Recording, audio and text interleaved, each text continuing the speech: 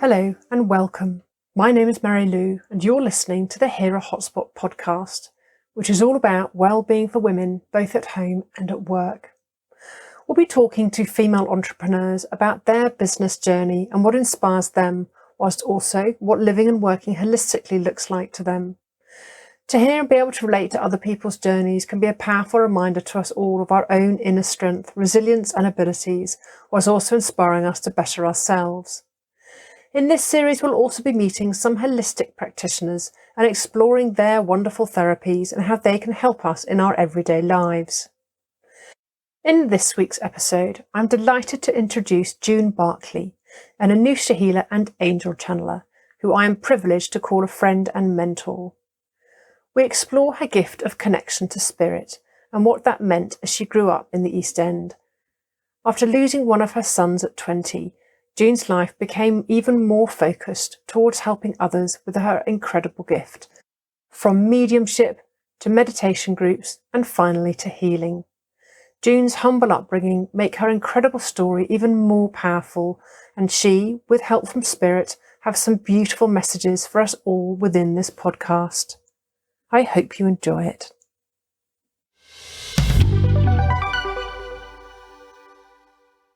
June, if you sat next to someone at dinner who you'd never met before and they asked you what you did, what would you say to them? It's really hard to say what I do because I come from an era where you didn't talk about it, about spirit or seeing ghosts or seeing spirit. So I'm always a bit wary of that, of answering that question until they warm up to me. It's that's a really difficult question for me because I've always erred on the side of caution. So if it was someone of your generation, would it be harder than if someone in their 20s asked you? Yeah. Most times it's somebody I would know or that I would know somebody else and they would have heard about me. That's how it happens for me. Okay, so if it wasn't someone new, how would you, to someone you felt totally comfortable with, and went, actually, what is your official title, June? Kind of, put it in a little snapshot, what you do. What would that look like? I call myself a healer, channel, and a trainer of healers. So that, when you say healer, that opens the door, really, of somebody asking the questions. Because I don't advertise, people find me for the reason they find me. But I like that people, because you've never advertised, and it's like people find you either directly if you suddenly meet them in a shop, which I know has happened to you, or if I or another friend goes, actually, there's this amazing woman who I think can help you. They always gravitate to you. They find you one way or another without having to put it out there. So that, to me, is the way spirit works for me. And obviously I do think if I sat next to somebody at a dinner party, they would be open to it because I'm always put in a place like that to talk about it. It's like I need to talk to people to wake them up, to let them see that there's more to life. Because I remember once you said when you went on holiday, there was a lady and you weren't quite sure you wanted to go, but actually you realised that by the end of the holiday, you were there to meet that one woman. Yeah, that's right. What was her story? I can't remember. That was in America. Yeah, I woke up, we was in the Keys, Florida Keys, and I woke up one morning and said, I've got to go to Annie's Beach, just because spirit talked to me like that, which was miles away. It's not down the road. It's not like going to Salcombe. It was away back on the Keys. And Charlie and I sat on the beach, and it was this little scruffy piece of land with just a bit of beach. The rest was all trees and leaves and just sitting there looking at each other. And he said, do you really want to stay? I went, no, I don't want to stay here. I don't know what we're doing here. And we got up and walked. There was a boardwalk, and we walked the boardwalk, and I had my other necklace on. And for some reason, this lady just looked at the necklace, and it shined and spoke to her. And by the time we got to the seating area, she'd walked up behind us, and started telling me her story about having cancer, and we sat talking for ages, and I give her some healing, and I can't even remember her name now. The upside to that story was her sister's name was June, and it was the day that she had died. No. And she said every year I go to visit her grave, but I woke up this morning and somebody told me I had to go to Annie's Beach. No. Extraordinary, isn't it? It really, I mean, in America, miles away, nobody knows me. Her husband was something to do with the radio, and he wanted me to go back and give an interview, but I didn't keep in touch, which is partly my stuff, because I don't gravitate to being out there like that. And I just thought, if it's meant, it will happen again, and they'll call me and I'll go. But that was amazing for me, because she'd got the same message in that morning, and it was her sister's, day of her death. And to have the same name as well. And to have the same name. You're visiting June, but not the June you think you're going to see. Yeah, it was really something else. Yeah. And we sat for, a couple of hours chatting to them, just sitting at this table.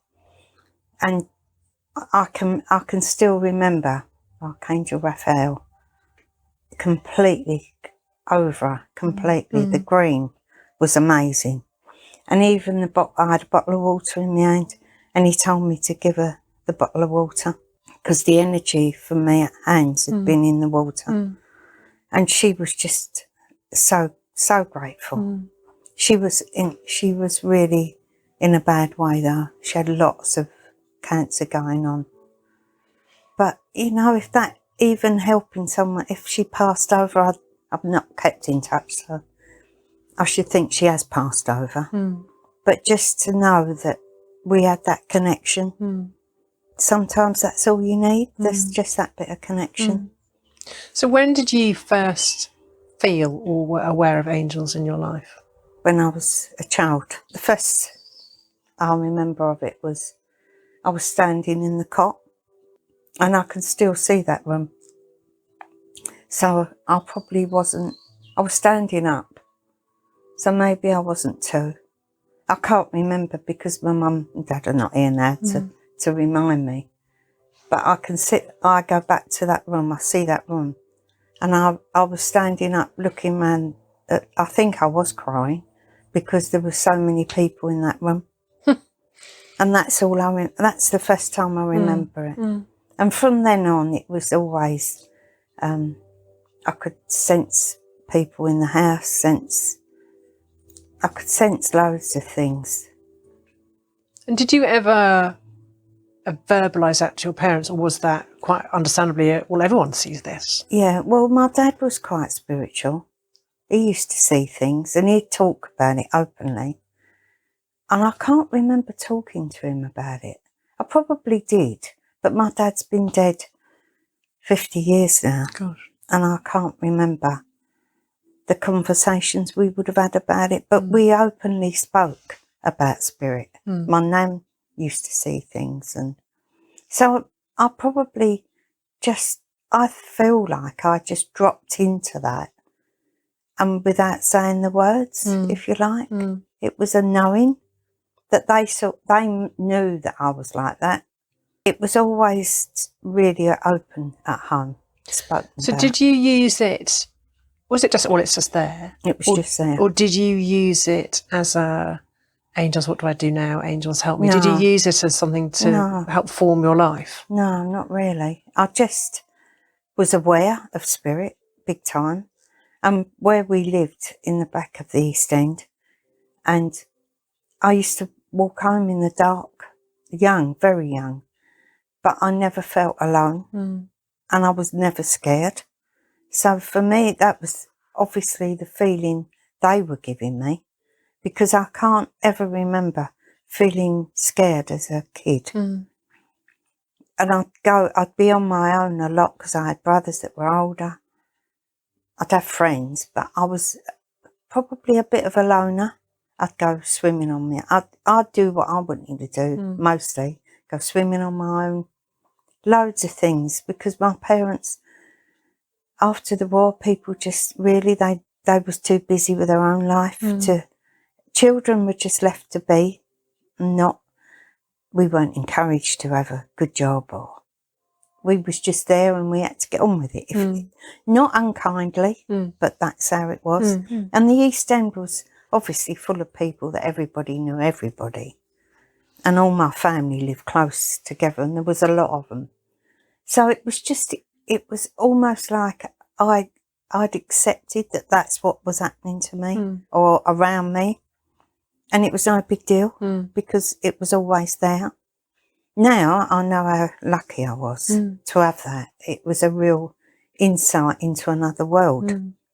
I'd sometimes get a bit nervous of it because it would be full on. I'd hear people walking about in the bedroom in the night, right from a young child. But if you grow up with it, I just didn't like that. I didn't want to be woken up in the night. But other than that, it was just such a big part of my life. And I never read a book about it. I didn't know. I just heard my dad talk or my name.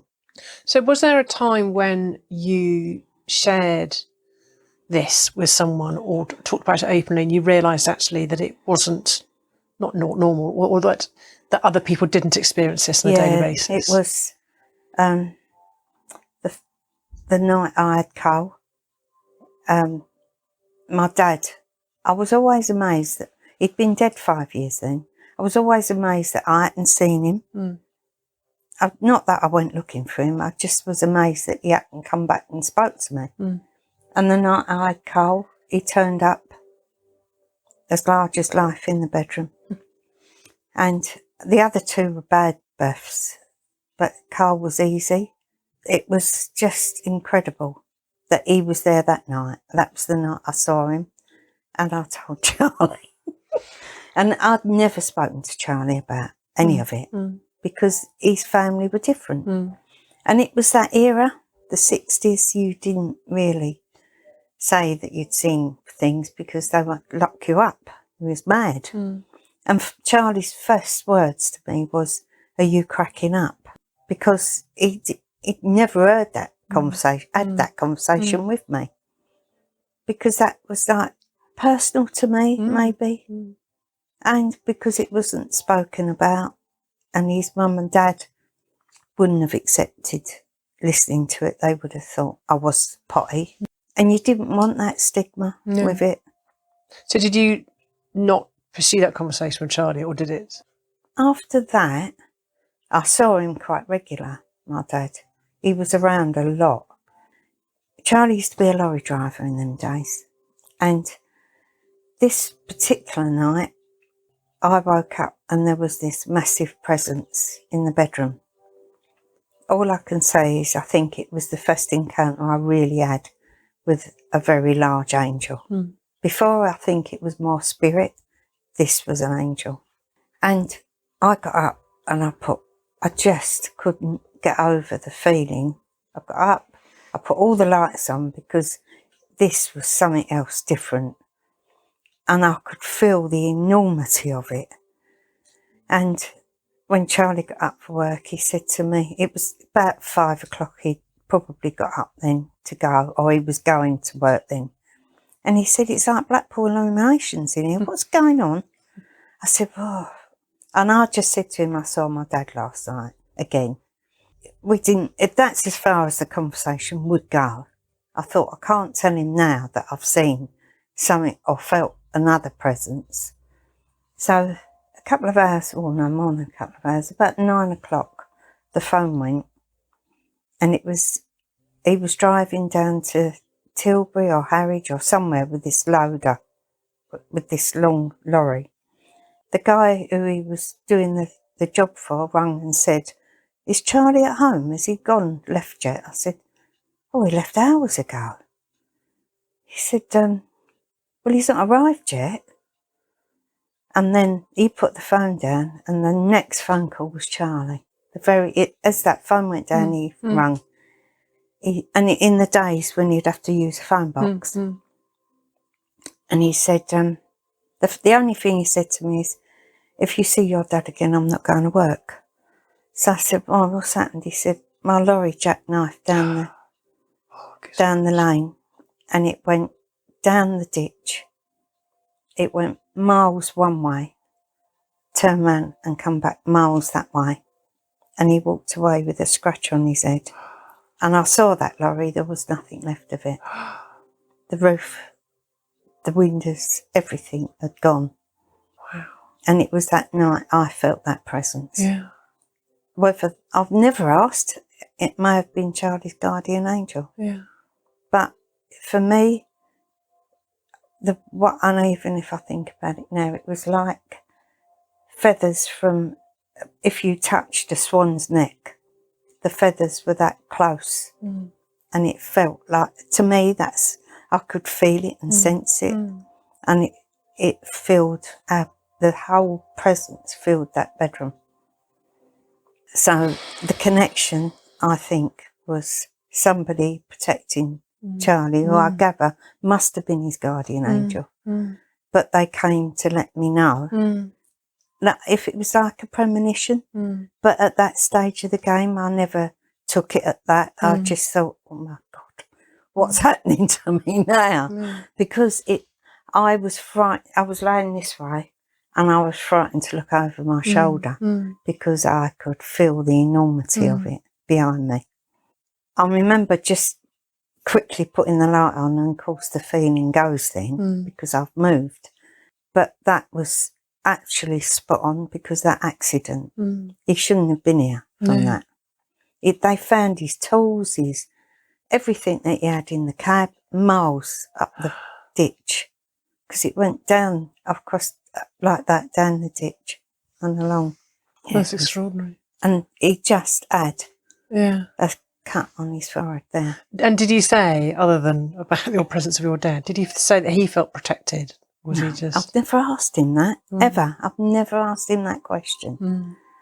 It's a weird one, isn't it? Because even though that happened, and he knows I do what I do, he doesn't question it now.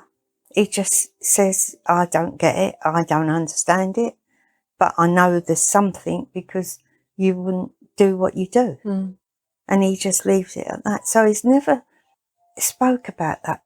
We've spoke about the accident, but never about, and even me, I never asked the questions then, and I still haven't. Who was that? You know, I made an assumption that it must have been his guardian angel, and whoever that is, they are massive. That was the start of me really opening up to the synchronicities of seeing things and noticing.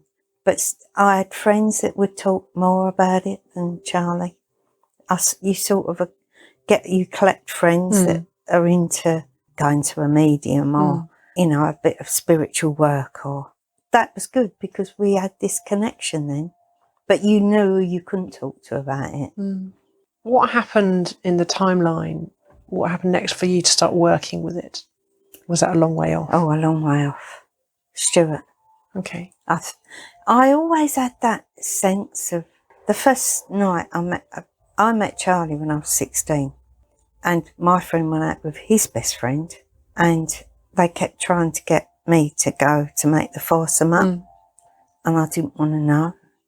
I thought he was too old for me. He had a car, and grown up, he had a job. I had a job, but I was still quite young, 16, 17, I was been at work for over a year, but I didn't want all that, you know, boyfriend and all that.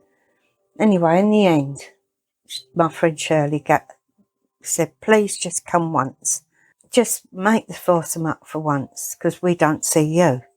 Okay then, I'll go. So Charlie came and picked me up.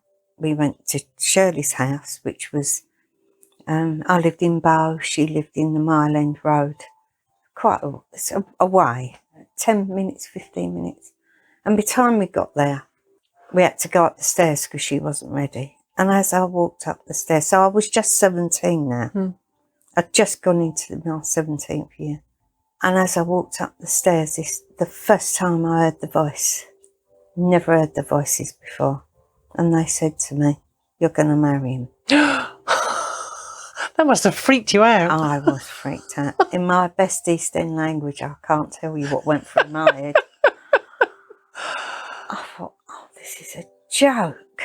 And I never told Charlie. I've only just told him since we're writing the book. Yeah. Because, you know, if you're told that, is that the reason why you marry someone? It wasn't, actually, because I'd forgotten that I'd had that. The loudest voice, the first time I'd heard that voice, and it was loud. And I was a bit shell-shocked from it, to be honest. Surprised. Because that is all they said, you're going to marry him. Because I just thought he's too old for me. Yeah. You know, like, I used to go in pubs because the East End was full of pubs and you could go in them. But you didn't have to drink, and I wasn't. We used to go for the talent, watch the talent nights, the singing. And it was brilliant times because every pub was busy with different acts and stars, and it was great. So you could just go. And I thought, oh, he's going to drink, he's got a car. Not my scene at all. So that night it was a real shock to hear those words. And then I expect we just got on, and obviously we did get on and we did get married 2.5 years later. But my friend who went out with his friend didn't marry him. They split. So it was like they were the catalyst for this. And there we go, 53 years later. Thank you, angels. What happened there then? And that, honestly, that is how I felt about my life. It's been guided and led. Where, you know, like people think, oh, I could make that decision for myself. I never felt like that. I always felt like I was really walking their path for them. Because that's just how it was every time. Everything, every house, it had to be the feet. I always had to feel them around me before I moved into a house. And it was like they was forever pulling my strings. Maybe that's wrong, but that's how it always felt for me, right from that first message. Do you think, I want to visit Stuart in a minute because you mentioned him earlier. Do you think, I mean, there is no doubt in my mind that you have a gift, you have a connection, you're here for a reason, that you use it. But when you say that you were guided, do you think if we all were able to connect, that we all have that? We are all guided. Yeah, you are. So when you say about the intuition about going to a house or a job or a person, that if we all sit and have that connection, that we can feel that. I'm absolutely sure. Because we had, before we was so sophisticated, everybody had their feeling centre open, which is your solar plexus. So that would react before the mind. Now I think the mind is bigger and more active. Which was stimulated by modern day, isn't it? Yeah. Maybe because we had to live on our wits when I was younger. It was just after the war. Nothing was nice, or everything was in a poor state. The houses, the streets, everywhere we lived, it wasn't nice. All we had was the park, which actually never got bombed. So I think because we were like street urchins, we lived on our wits, and maybe the wits was where the solar plexus would work better, because you had to rely on yourself. There was nobody else. My parents never come out with me, so maybe that's the side of it that human life has missed out on. Children now are all everything's put in front of them. They're cosseted, and that's okay. That's right as well. But maybe that's where we've lost that connection. That time and that boredom and that creativity to connect and not be so stimulated all the time, where you have no choice really. You forget actually that you have a connection, that you have a gut instinct. We didn't have the TV. We had a radio.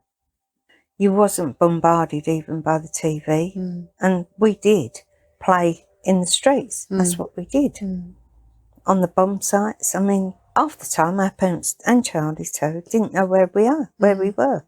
We could have been anywhere.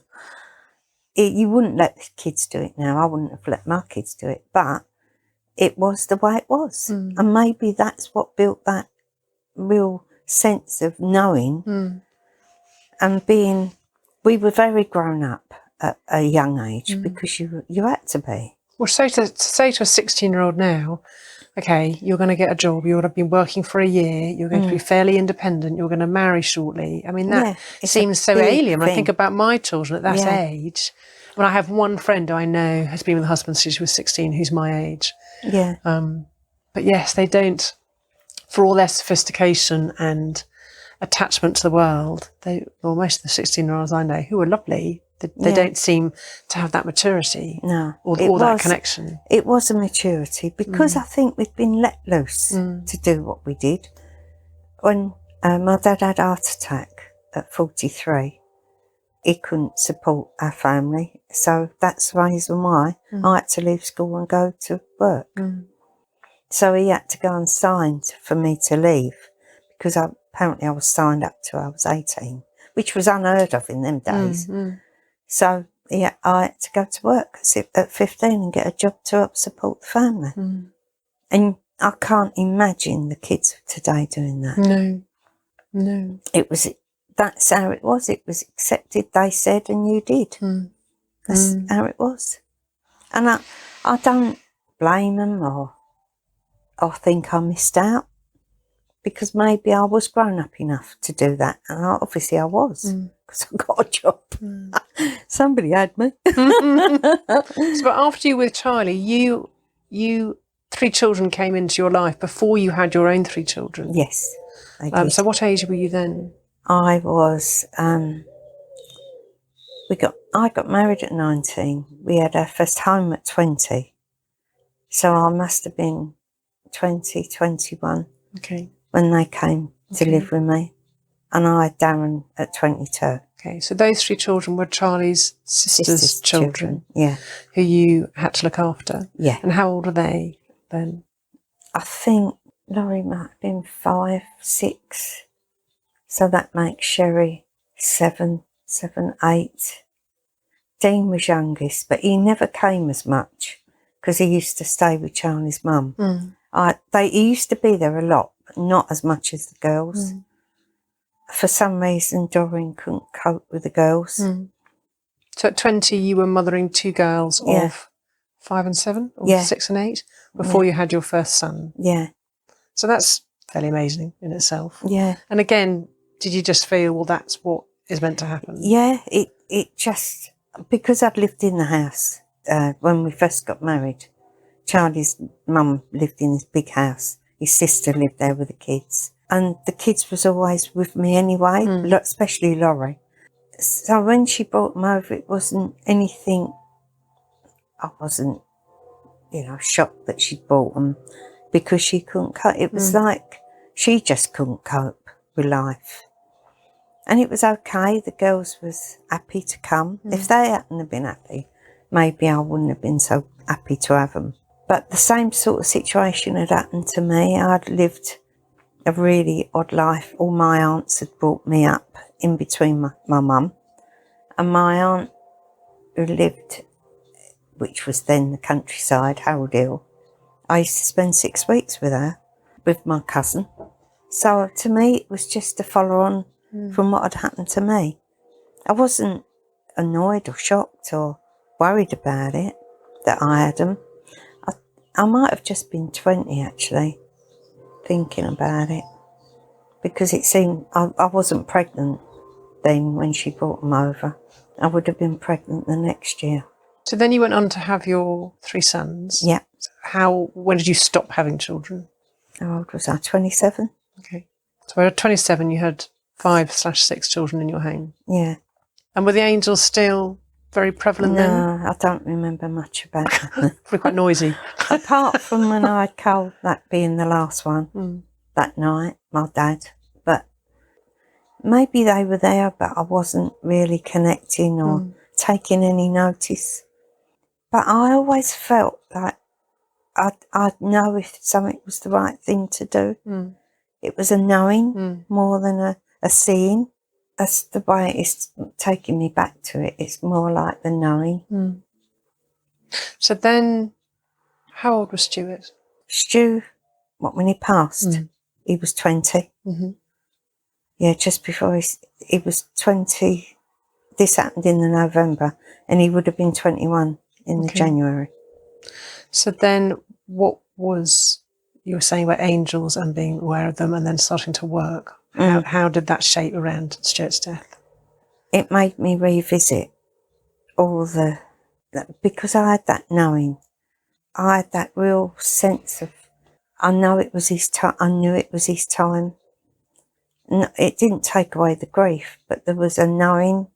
It you can't feel right when you're a parent. But it was a real knowing that he had something else to do. I can't say that it clouded the grief, because I think the grief made me go looking. I met amazing people on that journey. I went to see a medium because obviously you want answers from, I really believe that I would get answers. And this lady I was guided to. She didn't run meditation groups in those days, but on the strength of meeting me, she said, I'd really like to run a meditation group, June, and I want you to come. So every step, it was like I was being led to go and look into it and delve into, and it was Stuart that woke that up. Definitely that was the turning point. It's not, I wouldn't recommend it to anybody, because it's not something that you expect to happen. But for me, that's what stirred it all up again. There was a lovely story. I always felt Stuart around me, coming with me on all that journey. And my best friend who I work with, who you've met, Pauline, was actually with me when I got the news at work that day. I went to do the meditation course, and I said, do you want to come? Because they're quite spiritual. She said, no, I won't come. She said, but my sister will come, Mandy. And she said, by the way, June, I won't be telling her about Stuart, what's happened, because if she comes and gets a message, or you get a message or whatever, it's best that way. So I said, fine. And we used to share the journey, because it was quite a journey to go to this lady. And she's turned up this night and she knocked on the door and she said, so we're not using your car tonight then? So I said, yeah, of course we are. So she said, well, there's a young boy sitting in the driving seat. And I went, think you better come in. And I showed her the photo of Stu sitting on the side. I said, was that him? She said, yeah, he's sitting out there waiting for us. Or waiting for you, or using your car. So I said, no. He's not actually here. So she's gone out again. She said, but can you not see him? I said, no, I can't see him, but I know that it's him. She described him absolutely to the T. And that was the first night she knew that I'd lost my son. And from that night on, she got him, she felt him, she got him, she got messages from him. So it was that much, he was that around to push what, obviously where we are now. That was 28 years ago. Gosh. Yeah, it's just, she said, and it was amazing because she didn't know anything. She just thought he was going to be using the car because he was sitting in the driving seat. So do you think part of Stuart's journey was to guide you to where you are now, to facilitate that? I do. I was told, whatever anybody else's point of view is on this, I was actually told by Spirit that Stuart came here as an ascended master. And he came to wake, this was everybody's awakening. That's what he came for. Ascended masters don't come back, apparently, but he did. Right. And I always felt like I couldn't catch him, that he was always one step ahead of me. When he was here? Yeah, as a little one. Whether he was really in tune, probably, but we never spoke about it, which is sad now. But maybe that's the way it was meant to be. Maybe I'm blessed because I have him around still. And if anybody doesn't believe and they've lost a child, how bad must that be if you don't have a belief that you actually live on or there's something else? Yeah. For me, I should think my saving grace with him. But Stuart's presence is bigger than ever, really, now. And it was then. I can't say it wasn't, because he used to fill the house with his presence. And I didn't know in them days that's what that, from a human form, I never sort of got that as much as I did get the spirit world filling the house. I always felt them around me, but I didn't think I had to do any more than what I did with it. So when did you start doing something with it? I went to the psychic church in Paynton when I moved here, because I could, once again, when we bought the hotel, I was totally, utterly guided to get that. I didn't want to buy a hotel. I didn't want to do all that. And that was work. in Hope Cove? In Hope Cove, yeah. And that first night, we drove down late, had dinner, walked down the road. I said, oh, you're probably not going to like this, but I think we've got to live there. Me, Charlie and Darren standing on the top step. It was just such a draw to live there. But from the minute I lived there, the spirit world run that place. They totally run it. I see them everywhere. And so did Carl. He saw all the nuns walking about. It was just incredible how much spirit was in that hotel. The side to that was the healing.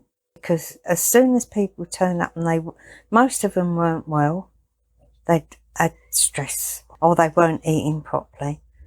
And if they stayed a week, they'd walk out, they'd eaten everything on the plate and were shining. And there must be something more to this healing. So was it that you brought the spirit to the hotel, or the spirit was there waiting for you? I think they were there waiting, because it was run by nuns originally. It was when in the 60s, when women had babies that was out of wedlock, they were sent there to be hidden away. That's what I gathered. And it was run by the nuns. And it had always been a hospital of some kind. And it was just full of all this. I could feel the healing in the house. It had a shrine in the back garden. I mean, who has a shrine in their garden, let alone in a hotel? And I put Mary in there, and people used to go there and light candles. It was amazing. And I do question, why Hope Cove? I could have gone anywhere at that stage. But no, it was there. That was quite a journey, to be honest. How long were you there for? 5 years. And from there, this lady, whose name is Dilys Gilford, who is a medium, she'd rung and said, could I bring this young girl who's an artist? Needs somewhere to put her pictures. Now, why she picked me, she didn't know me. And she turned up this day, and the girls got her pictures out. And they was all of Indians. I said, are you spiritual? Red Indians. And Dilys looked at me. She said, do you know what I do? I said, I've got no idea. She said, I'm a medium. And I run meditation classes. Would you like to come? I was only there weeks. And she'd found me. And that's how it went. Then I met all these people at her group. I met Gina and Lois. Lois was into the church. So I went for a couple of years to the group. And then Lois said, we're doing awareness at the church. She popped up in all places in Trago, walked round the corner. She went, I've been looking for you. Would you come to awareness with me and Gina? And that was it. So off I goes to do awareness, not thinking any more of it than an interest, to be honest.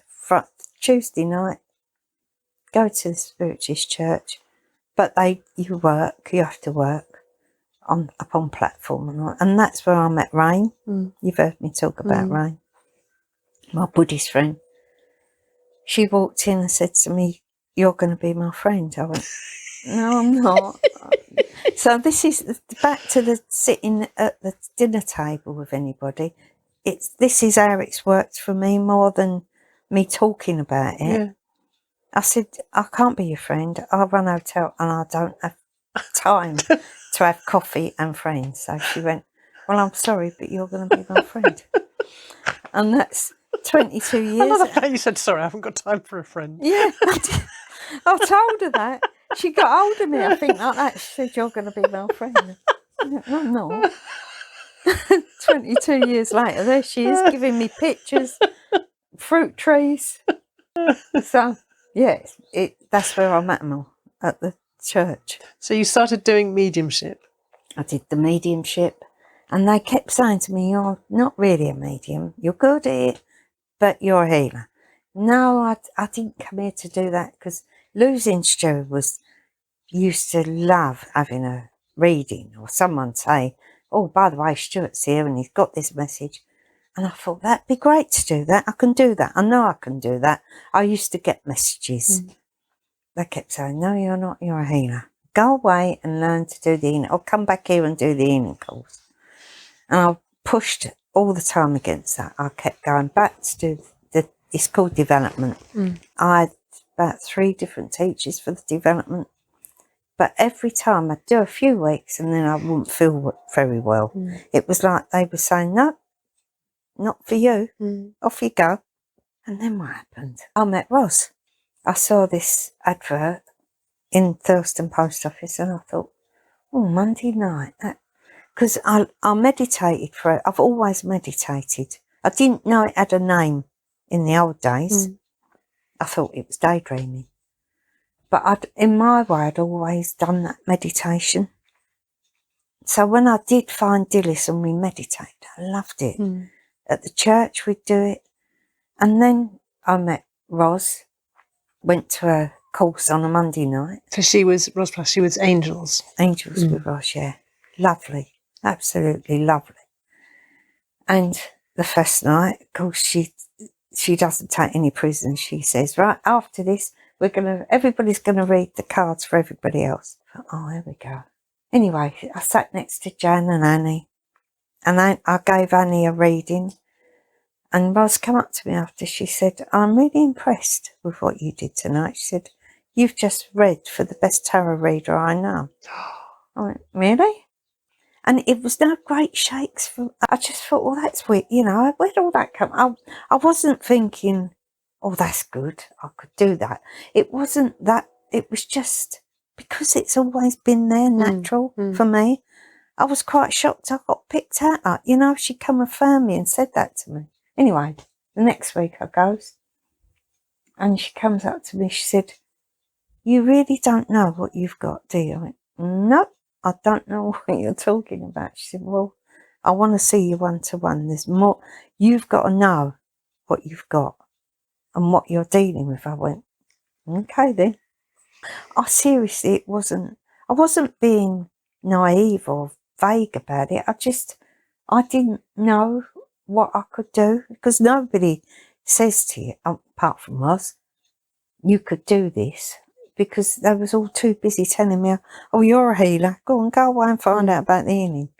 So I had this time with Roz, and she said, by the way, I'm giving up the group as of next week because I'm pregnant and I can't, for some reason, moving, I think she was as well. So she said, I want you to run it. I went, no. Oh, no. I really don't know what I'm doing. I don't know about that stuff. She said, but you do. You do know, and you're going to do it. So I come home and I said to Charlie, I don't know what to do about this. She's insisting I can do it.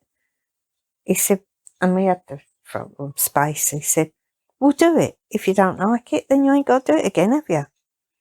Okay, then. So, and I didn't say to her, I will do it. At the end of the next week, she said, oh, and by the way, next Monday, it's at Jude's house. I looked at her dad, I thought, my God, what's she doing to me? Of course, when they all turned up, and there was a lot of them in them days, more than what we have here, 20 odd, filled that room. I'm sitting in the hot seat for you. My God, I'll get something in here. But everybody was, for them, I think it was just a continuation of what we had as a friendship at that group.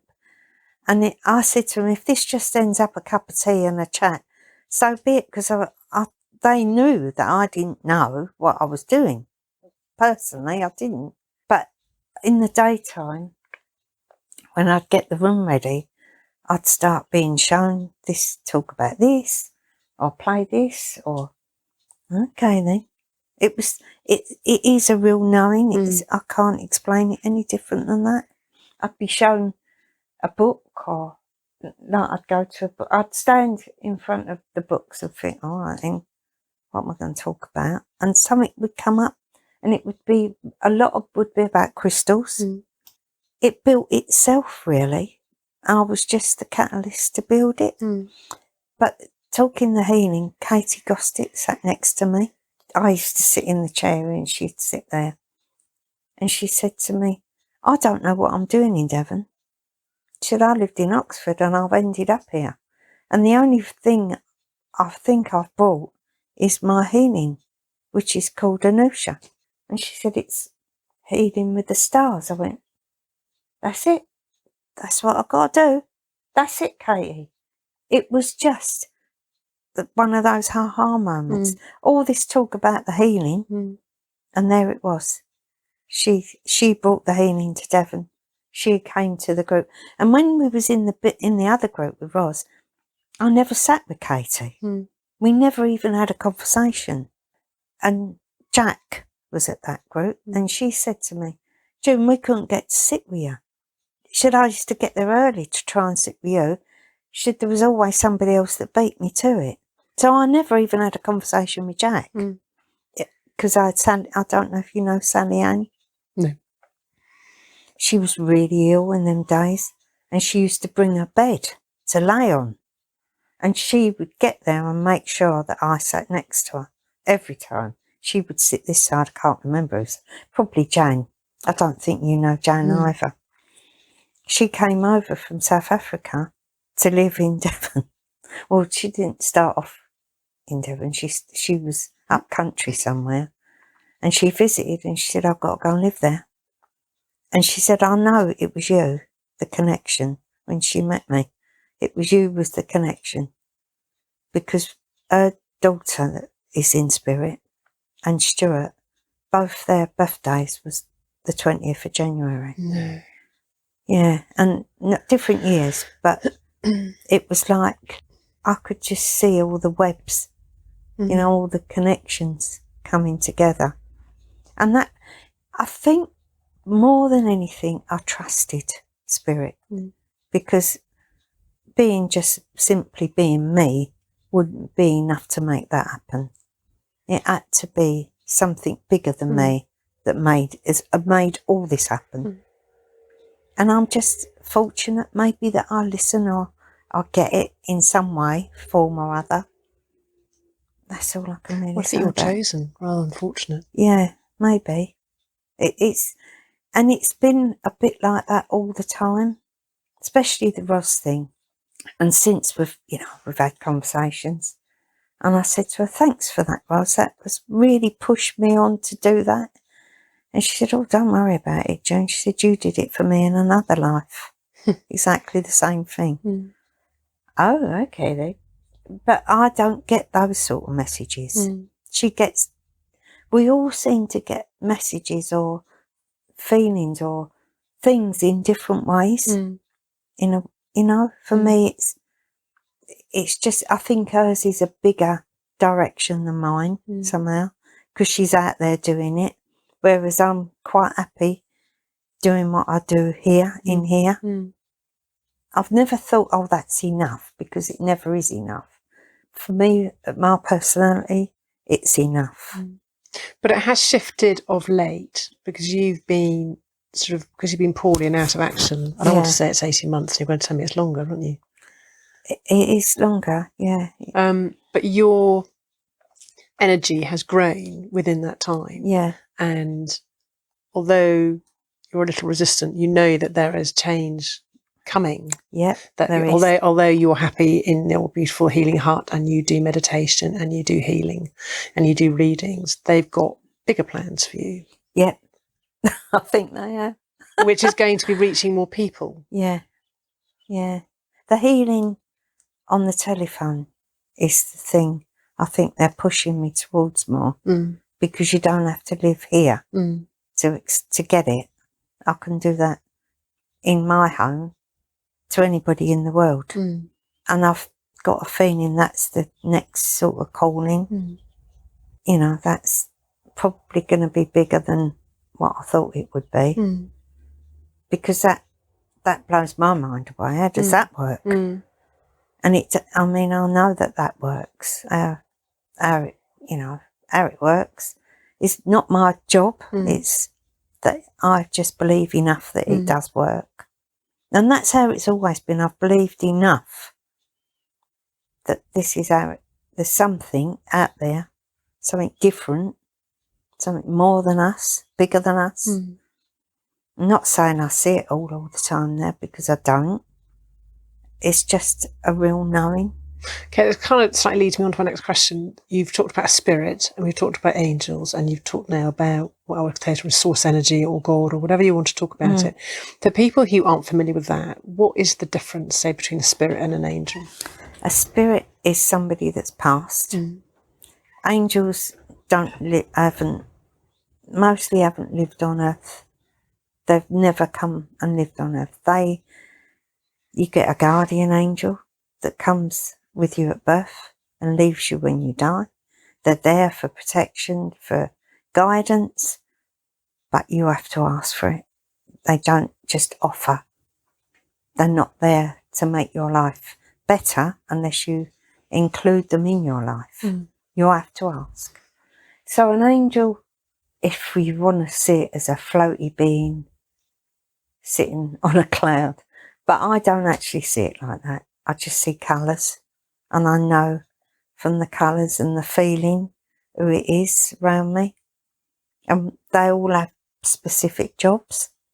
Archangel Michael is the strong one that gives you a bit of strength, shows you a much different way of doing things, and he really makes you feel not alone.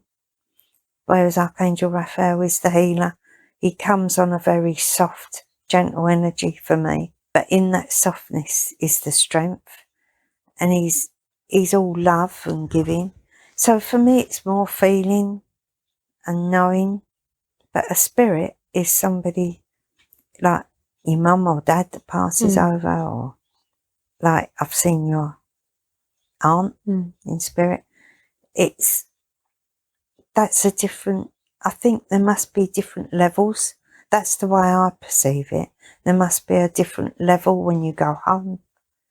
Because I call it home, because for me there is a home, a spirit home, where we go back to, where we learn the lessons, or we're told where we went wrong this time, and we have to come back and revisit again and learn another lesson. Earth is about your soul growth. It's up to you, because this is free will, how much of that soul growth you want to do. You could never tell somebody that doesn't believe that this is what they've got to do. Everybody has got to come to it. And different souls are here for different reasons, different learning purposes, teachings. I just think I'm really fortunate that I sort of get it. I understand a bit more about it. So I don't have to ask this question, and I'm always loath to bring it up. I know kind of what my answer would be. For people who don't have a faith and don't believe either in angels or source, it tends to be a standard question. What if there is love, if there is home, if there is all the things that you and I are aware of, why do bad things happen? Why do children die? Why are there wars? Why is there that negativity? Why is there, for the moment, say COVID-19, whatever it is, if there is all that wonder and glory and love, why do we have that? I think it goes back to man being man. A lot of this stuff is brought on by man, by the wars, egos, not knowing enough, not feeling the love enough, not having enough love in them. Most of this stuff is man-made. I don't believe that spirit want it to happen. Let's see if I can get a message on that one. Okay, some things are meant to happen. Like some wars are meant to, because there's too much trouble. Can't get the words.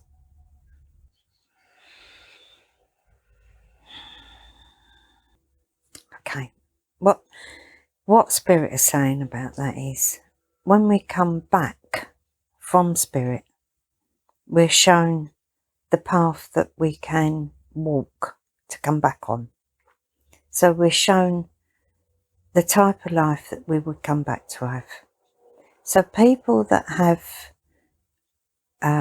really bad experiences, death-wise, all that, you know, we don't hold dear to our hearts, all the terrible crimes. People actually come back to learn that lesson, because apparently, so the Spirit tell me, we've all gone through these different cycles of a death, or something bad, or coming back with a disability. Every single thing we've taken on ourselves. We've chosen it. We've said yes to it when we're in spirit, to come back and live that life. And that, all they ever say to me is, like they're saying now, it's for your soul's growth.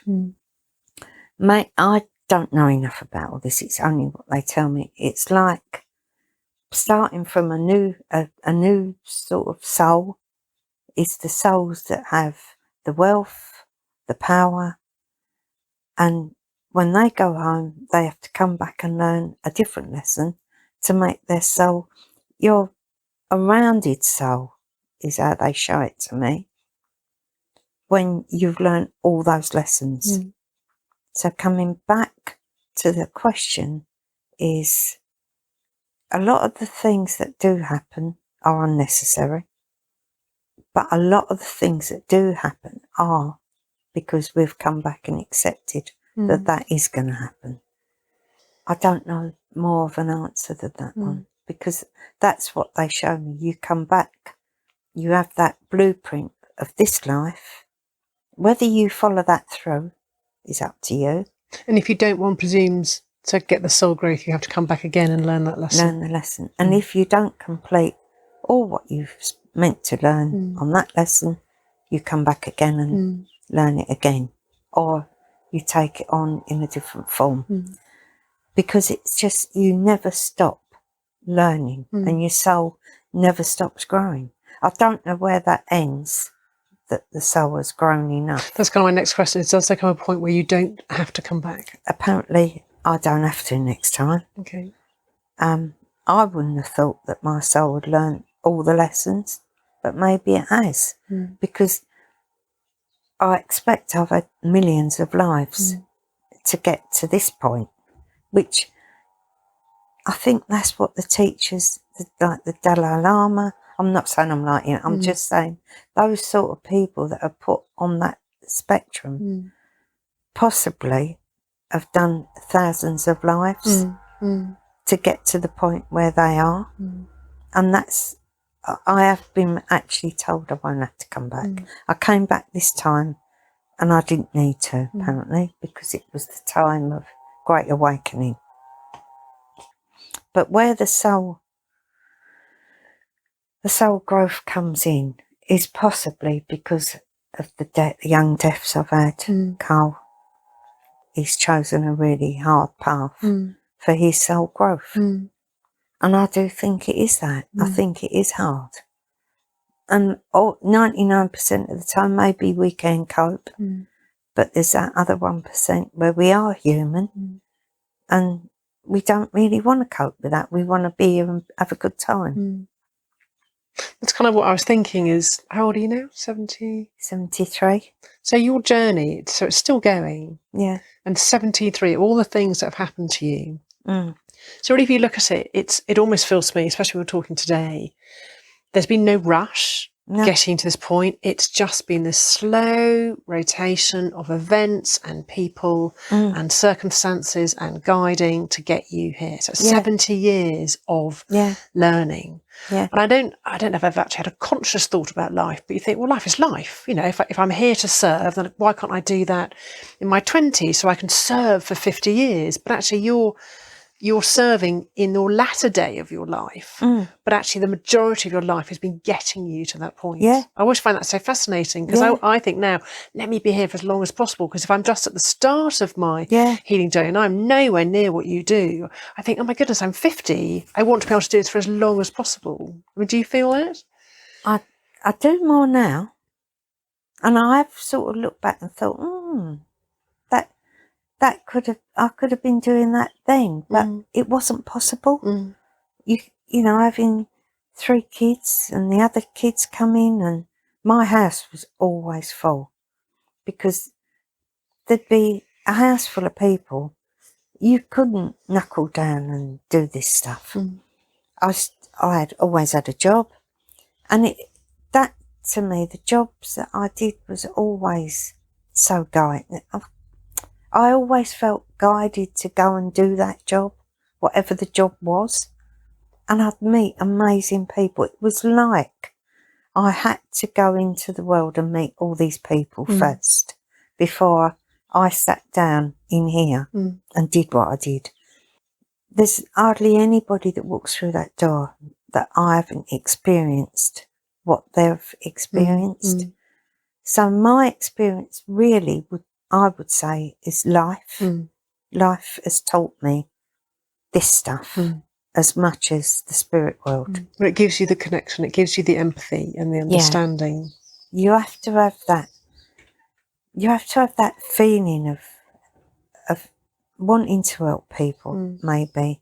And maybe that was always there, because I can't ever remember not feeling real. My mum always said to me, "You're far too soft." But I know, I'm glad and grateful that she made me toughen up to a degree, because I don't know how much I would have coped with losing Stu if I hadn't have had that tougher upbringing. For me, I look back on that and think she was such the right mum for me, because I would have fallen at the first hurdle. So even that, you know that you're born to those parents to learn that lesson, whatever that lesson is. And maybe we can all sit here and go, "Oh, poor me," but it isn't that case. You've agreed on a level, like maybe me agreeing to have Laurie, well, especially Laurie, more. Whoever meets me and her, they know that there's more of a connection than she looks more like me than at her age than and nothing like her mum. It was like she was born to somebody else and I had to have her, because I was probably too young then to have another child. You know, when you look at all that, you think, my God, somebody up there has got the blueprint of this so mapped out that you couldn't make it up. Wherever I've walked or been on holiday, there's never been a time when I don't meet somebody. And that happened even when the kids were little. They used to nag me for staying and talking to someone, Laurie especially. I went swimming and Laurie went to the gym. We was in David Lloyd in Essex. And this woman got in the pool, and as she swam past me, backwards and forwards, she was telling me her life story. And Laurie's opened the door and she went, "Have you quite finished talking? I'm starving." I said, "I wasn't talking to her. She was talking to me." The funny thing is, I bet Laurie does this now. Of course she does. Yeah. Yeah. I bet she's the one talking to everyone. She does it now all the time. She don't stop talking. But she was angry, like mad, but bat out of hell come through them doors. She thought I was doing it on purpose. I don't know her. She's just telling me her life story. Oh, well, that happens all the time, you know, all that nastiness I used to get. And I'd go with Emma. We went to IKEA with Emma, and she went, "Before we go in, can you just not encourage anybody, because I want to get this," oh, whatever it is. And there I was buying me smoked salmon at the end of the thing, and this woman standing there, she went, "Oh, here we go. We've been all round the shop and someone's found you." And I weren't working then, I don't think. It was always like that. People just turn up and talk to me, tell me. And I've never thought that's not the right thing to do. It's never occurred to me that there's something wrong with that. I've always thought that's okay. You know, there was obviously work going on, like the lady in America. It's almost always been like that, and that's why I can't put timings on it, really. Do you know what the funny thing with you is, my friendship with you, and I've said this to you before, is I think I've known you about 6 years, I think, but I cannot remember meeting you. No, I can't remember when it was. It feels like you were always meant to come into my life. Yeah. And obviously I know, obviously before Devon, I didn't know you, but it's just, I don't know anyone else where I can't say, actually, I met you through that person or at this event. Yeah. And it's just like you were just suddenly there, and it's like you had always been there, and we were always meant to be friends. Yeah. It's extraordinary. So I can imagine if everyone else feels that, it's like, oh, there you are, June. I've been waiting years for you to be my friend. It's just like I've turned up. And here I am again. Whoops. And the kids used to say, "Mum, please, do we have to?" But it's just, that is it. That's possibly what I was doing when I didn't know I was doing it. And I quite like that.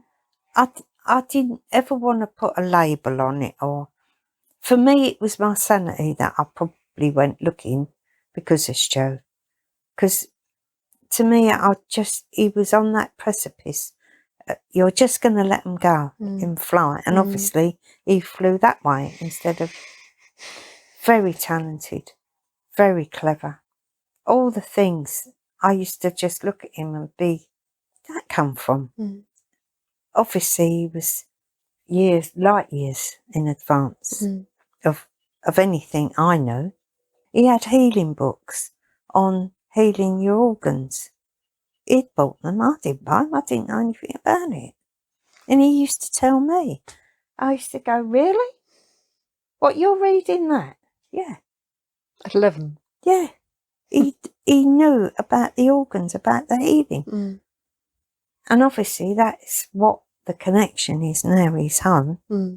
Although I think he's moved on a bit from me now. But I think that was the strong connection to do with the healing. It was Stuart. I mean, there's so many stories. Sarah seeing him as she saw him and didn't see before, didn't know any. I've never asked her if she ever was interested in it. It just. So Sarah's like a friend of ours who I think actually that's probably how I met you, through Sarah. Probably. But she was, when you met her, she was suddenly aware of Stuart there, and he's never left her, has he? No, he's like her guardian angel, I'd say. I mean, that day in that healing room in the front bedroom, I saw him standing in the corner rings. I thought, "You're cracking up now, girl. Stuart was no angel when he was here. There's no way he's got wings." And she was laying on the bed. And she sat up, she went, "Your boy's got a lovely pair of wings." I went, "What, Sarah, you can see him?" She went, "Yeah, he's standing there." I said, "I'm not cracking up then." Because she sat up, bolt upright and said it. Amazing. From somebody that I don't think she'd ever even delved into it until that night. I met her that first night. I think Sarah was the connection. And obviously Stu was the connection there for me to do the healing now, to really pick up and do it. That was the connection. That night when I just put my hand on her back. Oh my God. That was amazing. Even for me, I think that night was amazing. That connection. I mean, since then, it has grown quite a lot in what you're doing and in your confidence and where you're being led to do. I mean, you're writing a book at the moment with someone. So this is a collection of stories from lots of people like myself about the effect that you've had on us and our lives and our experiences of spirit and angel, and plus also your story, which you shared today, of how you got there. So what do you think the purpose of that book is? For me, it's for the people that have fallen through the cracks, that actually they sense or know something's there, and they're not sure if it's right, if they see things. Oh, if you see some type of people see things out the corner of their eye and they go, oh, I've just imagined that. But imagination is all part of what spirit is anyway. For those people that really think, oh, I did see that, but I imagined it, it's the book for them, because it's to help them really step up the next step. It might convince people that don't really believe. It might do, because there's too many coincidences in it. But I do feel like it's not a self-help book. It's for the people that actually sort of know there's something, and that it just affirms that, yes, look at that. That's maybe what I got, that feeling, or I saw that, or that happened to me. So how would you, for people who, if that is the beginning of their journey, what would you say to people who do want to start have a connection with angels and to start really feeling that solar plexus, that knowing, that connection, whether it should be meditation? How do they start to do that? What would that look like for them? For me, I think they should join a meditation group, or get the CDs, listen to them on your own. Just sitting in the quiet space, being in your own space, being quiet, is the time that spirit can access you. There's no right or wrong way, really. You might want to go to the Spiritist church and just sit and have messages, listen to the messages. You might want to join a group, which I think is great to join a group. You hear other people, what they get. It's like a camaraderie thing. And it is quite different. I mean, when I've been in your groups, what people experience, some people, as you say, will see, some people will hear, and sometimes they'll hear very loudly, and sometimes it's really subtle, and it is that, oh, I just made that up, or that definitely, and I've had to really learn to listen. For some people, they'll see lights or colours, or they'll get downloads. I mean, it really is, there isn't a right or wrong way, is there? There is no of getting right it, and it is, I suppose, tapping into that connection, going, actually, it feels right, or it makes sense, and not discounting that quiet gut voice, because we're so in our head, aren't we? Yeah. And it's connecting to heart and gut. Yeah. It's just believing that there's something else. There is actually something bigger than us that we can connect into. For me, it's like plugging the plug into the electric. I mean, where does the electric come from? That's a phenomenon to me. It's as much as spirit. I say all this about spirit, and I know it happens to me. But on an everyday basis, I don't look across there and go, oh, there's so-and-so standing there. That's not me. That don't happen. Can happen that way if someone's with me and I see their relation, or I get a message, or normally something will happen. But it isn't about that. It's for your own safety and health, really, that they're there.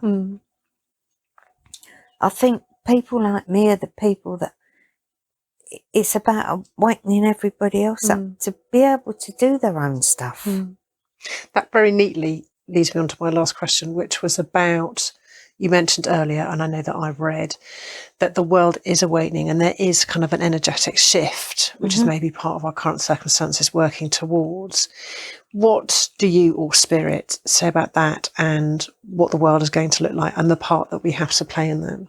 I know 100% that there is a lot of light workers, and there's a lot in Devon. I've met most of you. We're all working in a different way, for a different reason. And I don't believe that many of us do it for the money. We do it because it is a real calling. There's something about humanity that needs to be saved. And that's my gut instinct from spirit. We've gone too far down the wormhole. The money, the possessions, just that ego thing of thinking we're better than anybody else. The wars that go on are man-made. And when you look at the devastation around the world, something had to stop and something had to give. And I think on a really weird note, I think that Spirit have conjured something up to make us all stop, look and listen. Whether it's this virus, who knows? I don't know. It could be man-made. It could be something that was already ordained to happen. But I do think we have got more to every one of us than what has happened. The fear, all that. If we just went back to basics and listened to our own self, be in that lovely quiet space, and it isn't fairyland, it's there for everybody, and get our own messages, get our own well-being, just to connect with the earth, with the beauty that we've got at our fingertips. Even if you live in London, the parks, there's beautiful spaces. You can see a beautiful street with all the lovely houses and think, oh, isn't that lovely? You don't have to live up on a mountain and be cut off. In fact, I think that wouldn't be the right way to do it. I think people... It's really seeing the beauty where there isn't obvious beauty. Yeah, and people need people. We need each other. I know I do. I love the groups. Miss it now, but I'm sure it'll come back. But I know the amount of pleasure that everybody gets from just being in each other's company, let alone what the Spirit bring to it. What do you think the world is going to look like the other side of this? Spirit are telling me it's to take human beings back to the basics. So back to the basics, obviously, for them means finding the love. Looking at everybody without looking at them jealously, without looking at them and being resentful that they've got more than you. Just looking at them that they're human beings and their light. Everybody's got the light, a light. That's their soul light. And we've all come here to learn whatever it is we've come here to learn. And we're all walking that path. But we've lost that. But people, there's too much envy. That's what they've just said to me. There's too much envy. Envy and hate. But they're saying if we could just switch the coin, if you look on the other side of the coin, there doesn't need to be that. Because somebody invents something, you don't need to be jealous of them, because they were sent here to invent that, to make the world a better place. Or if they come here with, say, a healing gift or a gift like you've got, you don't have to resent them or be envious of them, because they actually came here to do that job. Even the menial tasks that people do, if that's what makes them happy, then that's good enough. Happiness, love, joy. Is there another one? How many more do you want? That's what I just said to me. Cheeky. Not nice, is it? All right, then I'll say laugh.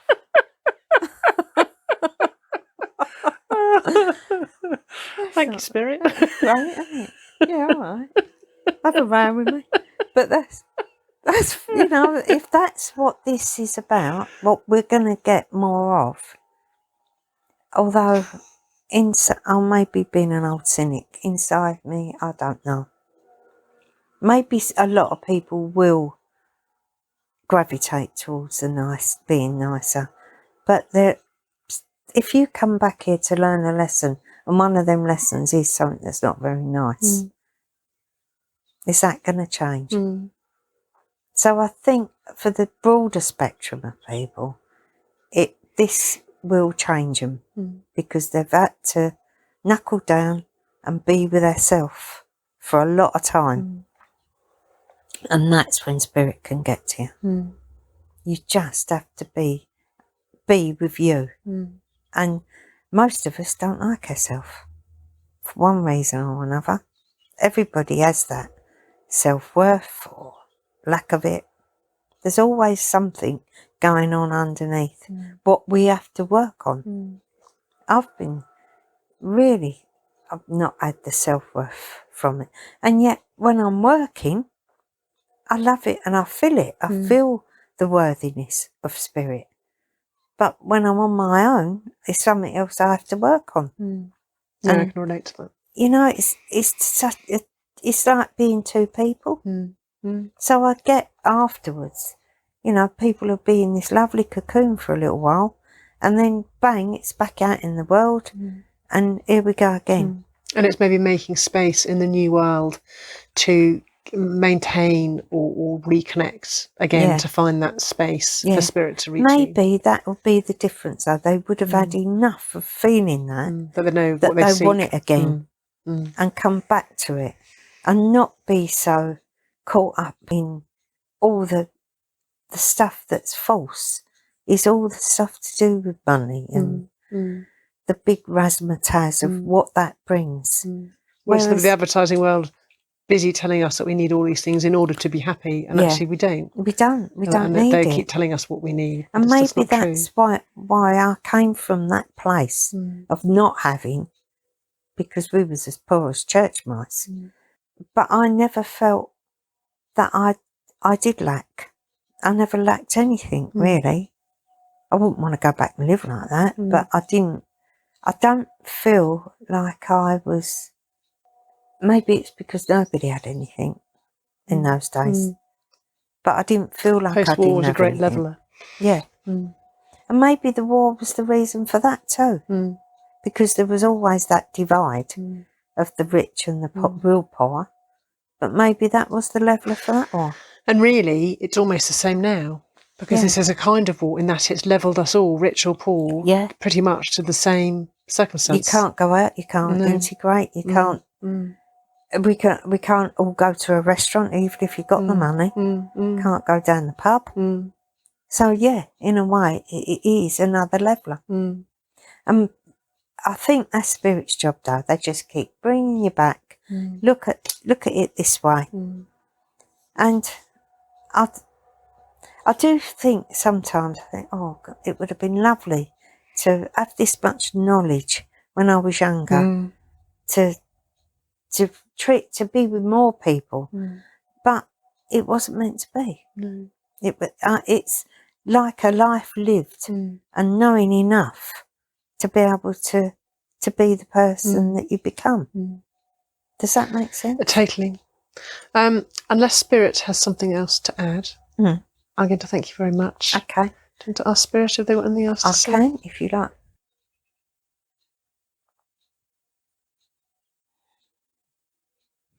All we ask of you, my dear ones, is to be brave, to open your wings and fly. There's a whole new world just waiting if you wish to connect to it.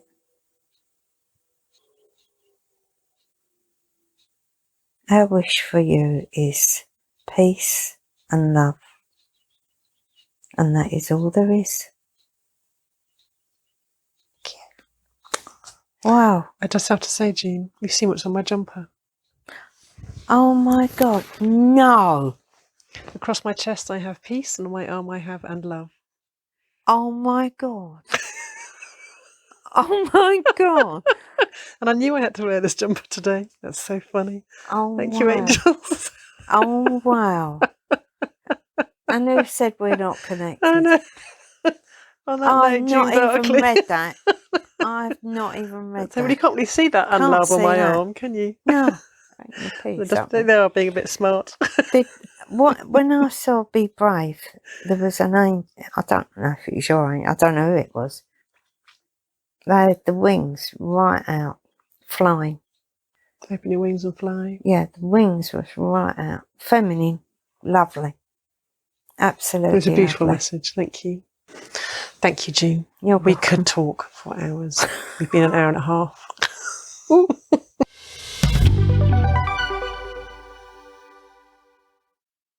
Thank you so much for listening to the Healer Hotspot podcast. I really hope you enjoyed listening to June's journey. Maybe you'd like to check out our Facebook page under Healer Holistic. Next time, I'll be talking with Ali Haggett, who is a fellow Touch for Healther, and with her PhD in History of Medicine, she's able to bring more insight into mental health and our holistic well-being. I can't wait to explore her thoughts on how physical and mental health are connected holistically. Until then, take care.